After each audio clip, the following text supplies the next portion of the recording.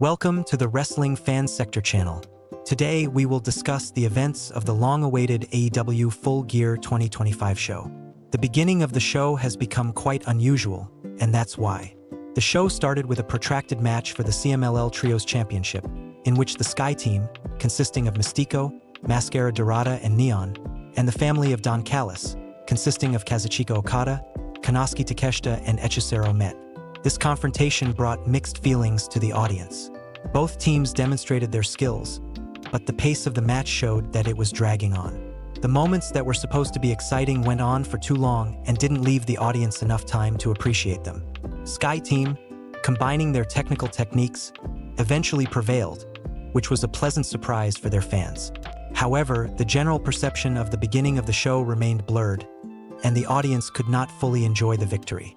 Despite the victory of the Sky Team, the length of the match negatively affected the overall atmosphere of the beginning of the show.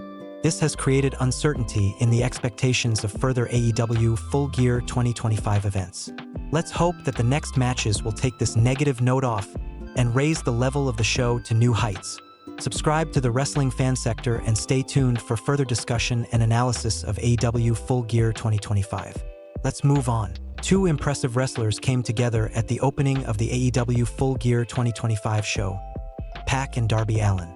The match promised to be exciting and dynamic, and it fully met these expectations, presenting the audience with an exciting fight in a tough style. The match began with a bright attack from Darby, who used his acrobatic skills to perform a crazy flight outside the ring. His ability to fly over the ring and surprise the audience made every moment intense and exciting. Pac, known for his tough style and powerful punches, did not stay away, providing the audience with a fantastic interaction.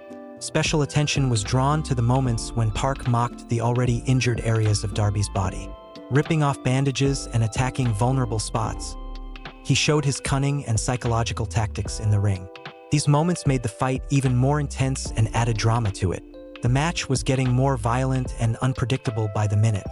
Both wrestlers showed their ingenuity, but above all, of course, their fighting styles were divided. In the last few minutes, there was just not enough point for a final showdown. At the crucial moment, Wheeler Yuta distracted the referee, giving Pac the opportunity to show his cunning and attack Darby with a bat. This intervention, although despicable, allowed Pac to maintain the advantage and, in the end, keep Darby for victory. The match between Pac and Darby Allin was a real spectacle, thanks to the long and brutal interactions, impressive jumps, and cunning tactics of both wrestlers. He easily earns a 4-star rating as a result of a combination of acrobatics and fierce fighting. The end of the match itself can cause various emotions among the audience, but one thing is for sure. This duel left unforgettable impressions and a lot of questions about the future of these two gifted athletes. As part of the semi-finals of the tournament, a women's team match was held, in which 4 teams came together: Megan Bayne and Marina Shafir, Sisters of Sin, Babes of Wrath, and Timeless Love Bombs. The expectations of the audience were high, as each team had its own strengths, but the final match turned out to be average in terms of performance and dynamics. From the very beginning, all 4 teams demonstrated a desire to advance further in the tournament, but there was a lack of well-coordinated interaction and highlights. Each team showed its minimum, which led to a general lack of activity and visual monotony. Despite the fact that there were some good moments, they were not enough to create a memorable match. Most of the match was played at a calm pace, with no significant breakthroughs or unexpected twists. It was difficult to identify any team that would show special tactical skills or spectacular techniques. The Timeless Love Bombs team, consisting of Toni Storm and Mina Shirakawa, attracted the most attention, showing maximum activity and energy in the ring. Another exchange of punches and well-coordinated combinations were the only highlights of the entire match, and they allowed them to consolidate their lead in the duel. In the final match, Timeless Love Bombs won, which gave them the opportunity to choose the rules for the next match in the tournament. Despite the variety of teams and potential talents, this match failed to meet expectations, leaving the audience with a sense of lack of action and memorable moments. The overall atmosphere of the match was not bad, but serious shortcomings in teamwork and a lack of bright events made this match more average than outstanding. For the future, the Timeless Love Bombs team will have the opportunity to improve their strategies and performances, while other teams should reconsider their approaches in order to achieve better results in the tournament. Next, An exciting match for the team titles took place on the show, in which the champions of the Fido met with outstanding contenders, the FTR team. At stake was the opportunity for FTR to win titles for the third time and become one of the few teams to do so. The match started with high energy, and the audience immediately realized that an exciting spectacle awaited them. Both teams demonstrated fantastic chemistry in the ring, using a variety of team techniques and interactions. The rapid change of control over the duel and the exchange of blows created a tense atmosphere. Moments of surprise and false endings constantly kept the audience on the edge of their seats. Each team had its own chances to win, and every shot seemed decisive. On more than one occasion, fans worried about their favorites when it seemed that the match was getting closer to its finale by the minute. The climax of the match came in the last few minutes, when both teams began to give their best. FTR showed their character and established strategy, which allowed them to succeed.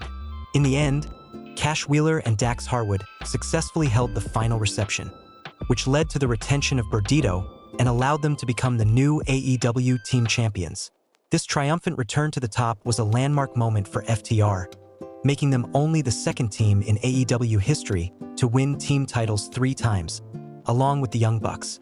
Burdito, who held their titles for 91 days and made 5 successful defenses, showed all their skills, but this time their success was not enough.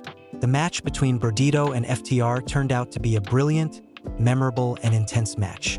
With a lot of team moves, unexpected moments, false endings, and fast dynamics, it is deservedly considered one of the best matches of the show. FTR, having won the titles for the 3rd time, briefly expressed their readiness for new challenges and inspired fans to expect their next steps. This match left a lot of positive emotions and became an important milestone in the history of tag team wrestling at AEW. The Gauntlet Casino match promised to be an exciting event at AEW, and the chances of meeting the expectations of the audience were high due to the diverse cast of participants. From the very beginning of the fight, the audience could see the mesmerizing interaction of 2 ring masters, Shelton Benjamin and Bobby Lashley, who began their fight with a chain of grapples and confident punches. However, a minute later they were joined by Ricochet, who unexpectedly slowed down the pace of the fight with his acrobatic techniques. This quickly changed the course of the match, adding dynamism and speed that brought new elements to the clash. Then the participants began to leave in the following order. Claudio Castagnoli, his physical strength and achievements in the ring immediately brought tension. He instantly began to pack powerful punches, effectively interacting with the other participants. Daniel Garcia, with his technical fighting style, he has become an important element in the ring, trying to create opportunities for his team. Orange Cassidy, with his unique style and carelessness, added an element of humor, but at the same time maintained his effectiveness in the fight. Wheeler Yuta joined the campaign with the desire to show his skills and teamwork with Castagnoli and Garcia. Kevin Knight, his speed and desire to regain control in the ring became notable moments of the fight. Roderick Strong continued to add variety with his aggressive style and knee strikes. Mark Davis, physical fitness and strength brought new elements of competition and athleticism to the match. Mike Bailey, his flying ability and fast attacks ensured the dynamism of the match. Matt Menard suddenly started fighting with his former partner Daniel Garcia, which only added intrigue to an already tense match. With each new participant, the match only increased the speed, entertainment, and beauty of the techniques. The highlights were the dominance of the Death Riders members, Claudio Castagnoli, Daniel Garcia, Wheeler Yuta, who joined together by beating up other members. This created an impressive scene of one-man power as the opponents tried to stand up to the onslaught. Another memorable moment was the clash between Kevin Knight and Mike Bailey, as a team partner and opponent, which added tension to the dynamics of the match. Eventually, Ricochet unexpectedly attacked Kevin Knight and held him off, becoming the first ever AEW National Champion. This unexpected ending added value and entertainment to the match. Despite the fact that the match could not be called the best on the show, it became a great example for gauntlet matches and deserves a solid 4.5. The assortment of skills, unique styles, and unexpected twists left the audience with the impression of truly exceeding expectations. The hardcore wrestling match between Jon Moxley and Kyle O'Reilly promised the audience something incredible, and they were not mistaken in their expectations. This duel was full of cruelty, pain, and trials that left almost nothing for humanity. From the very beginning, the battle unfolded with indescribable tension. Jon Moxley and Kyle O'Reilly plunged into a real fight, using everything they could find in the ring. Third-party items such as forks, chains, barricades, and iron steps have become important elements of their confrontation. Their use generated violent moments when both sides experienced a level of pain and dedication, pushing each other to the limit. With each new blow, the bloody drama only intensified. Both wrestlers knew no mercy. They built a duel on bullying each other, making the audience freeze with horror and admiration. Moxley, known for his penchant for violence, was not shy about using chains and wielding them over O'Reilly, forcing him to fight to the limit of his abilities. The climax came when O'Reilly, aggressively surrendering to his opponents, grabbed the hooked chains and locked Moxley in pain on his leg. At this critical moment, when it seemed that the only thing left was to give up, Moxley fought hard, but unable to break free, he was forced to knock out 3, conceding victory to his opponent. Nevertheless, while maintaining tension until the end, Moxley returned to the ring after the final race and attacked the already triumphant Kyle O'Reilly again, which provoked a storm of emotions in the ring. However, this time, Kyle's fellow members of the conglomerate group came to the rescue. Their intervention prevented further confrontation, and members of the Death Riders came to the rescue. But there was no mass brawl, and all the participants rather dispersed, leaving tension in the air. Overall, this match received 3.5 points for its brutality and unconventional decisions, which certainly became memorable. It was a true example of what violent wrestling has to offer, and it will definitely be remembered by the audience for its wild dynamics and spectacular moments. Next up was the TNT title match between challenger Mark Briscoe and champion Kyle Fletcher in a no disqualification match. The match was held in an atmosphere of absolute freedom, without disqualifications, which allowed the participants to use all possible means to achieve victory. Before the start of the fight, the audience was presented with a touching video about Mark Briscoe's family. This segment added depth to the match, brought an emotional component, and established a personal context for the entire confrontation, which allowed viewers to emotionally empathize with Mark. From the very first seconds, it became clear that this match would be full of tough action.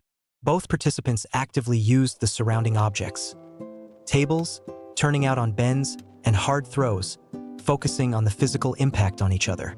Risky moves, flying outside the ring, and exciting combinations only fueled the audience's emotions. The abundance of blood caused by the use of sharp objects such as screwdrivers and buttons has increased the atmosphere of hardcore and risk. At the crucial moment of the match, Mark Briscoe pulled off a thrilling finish. Kyle Fletcher's throw onto a table with barbed wire became a vivid and painful finale. This technique not only sealed his victory, but also became a symbol of his determination and perseverance. Winner, Mark Briscoe, who became the new TNT champion and won his first AEW title. The match became a true masterpiece in the hardcore genre, surprising the audience with its dynamics, tension, and emotional laboratory. The story of Mark Briscoe, illustrated with a video about his family, added depth to his character and made the victory even more significant. This exciting victory marks a new stage in his career and underlines that diligence and perseverance can lead to triumph, even in the most difficult conditions. This was followed by probably the best match on the show, a 3-on-3 between Young Bucks and Josh Alexander, Kenny Omega and the Jurassic Express. A team competition between two outstanding teams, in which the full range of talents and styles was demonstrated in an exciting match. From the first minutes of the match, Young Bucks and their team demonstrated incredible synchronized interaction.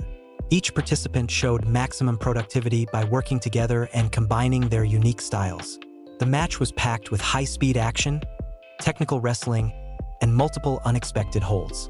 Every movement was executed with precision, which created a sense of continuous action. The audience was completely delighted with the ever-increasing tension, when many attempts to hold ended at the score of 2, which added drama and excitement to the match. These moments made the audience worry about every stage, involving them in what was happening. The match had no obvious favorite, and each of the participants looked decent. Despite the obvious opposition, the Young Bucks were able to pass Jack Perry, their team finisher, BTE Trigger, and hold him to 3. This match was incredible and deserved a 5-star rating. After the final whistle, events took an unexpected turn. Bags of money were thrown on the ramp of the Young Bucks, and they rushed to the aid of Kenny Omega and the Jurassic Express, who were attacked by the family of Don Callis. This unexpected move was an important moment in which Young Bucks made a face turn by standing on the bright side. This match was a great example of team wrestling, full of speed and tension. Skillful play and dynamic interaction created an unsurpassed experience for the audience. Young Bucks and their allies have shown not only their skill, but also their willingness to stand up to the family of Don Callis, which only increases interest in their future history. Next, we were waiting for the AEW Women's Championship match between champion Chris Statlander and challenger Mercedes Moné. The AEW Women's Championship match was a prime example of the uniqueness and diversity of women's wrestling, demonstrating both technical and strength elements performed by both participants. Mercedes Moné showed her skills using a wide range of techniques. Her neat grips and quick reflexes allowed her to withstand the pressure of the champion, skillfully maneuvering in the ring. Strength techniques. Chris Statlander, in turn, used her physical abilities and powerful techniques.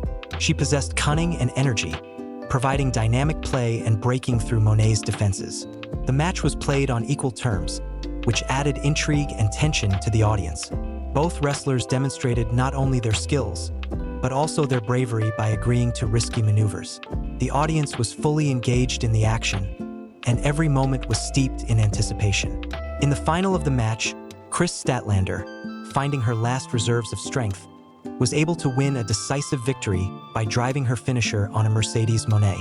A punch and a hold ended the match, and Statlander successfully defended her championship, as well as defeated Moné in a singles match for the first time. This match was not only a spectacular event, but also an important step in the careers of both participants. Chris Statlander demonstrated her strength and skill by defending her title as champion. This confrontation confirmed that the women's wrestling community continues to grow, offering viewers a unique combination of drama, technique, and strength. The main event of the show featured a steel cage match between Adam Page and Samoa Joe for the AEW Championship. This match was a real test for both wrestlers and showed all the brutality inherent in this format. From the very first minutes, it was obvious that none of the participants was going to give up or leave the ring without a fight. In the middle of the match, there was an incident when Samoa Joe smashed his face into the corner of the ring. This moment only intensified the spectacle and drew the attention of the audience to how both wrestlers are ready to do anything to win. The atmosphere in the ring was heating up by the minute. Both sides used a lot of brutal techniques and tried to find a loophole to gain supremacy, which made every move meaningful. In the final match, when it seemed that Adam Page was already close to victory, wrestler Hook intervened. This unexpected intervention proved decisive when he attacked Page with the title, thereby ensuring Joe's Samoa hold. This event not only changed the course of the match, but also marked the heel turn Hook, who turned to the dark side. Samoa Joe once again demonstrated his power and, taking advantage of the opportunity, became the new AEW champion, holding off the knocked out Page. This match received solid 4 points for its dynamics, brutality, and emotional tension. At the end of the show, there were some surprises.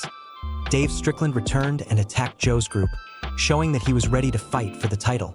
In conclusion, I would like to note that AEW has once again proved that it is able to create great shows that include spectacular and unexpected moments, leaving viewers waiting for the next Dynamite show.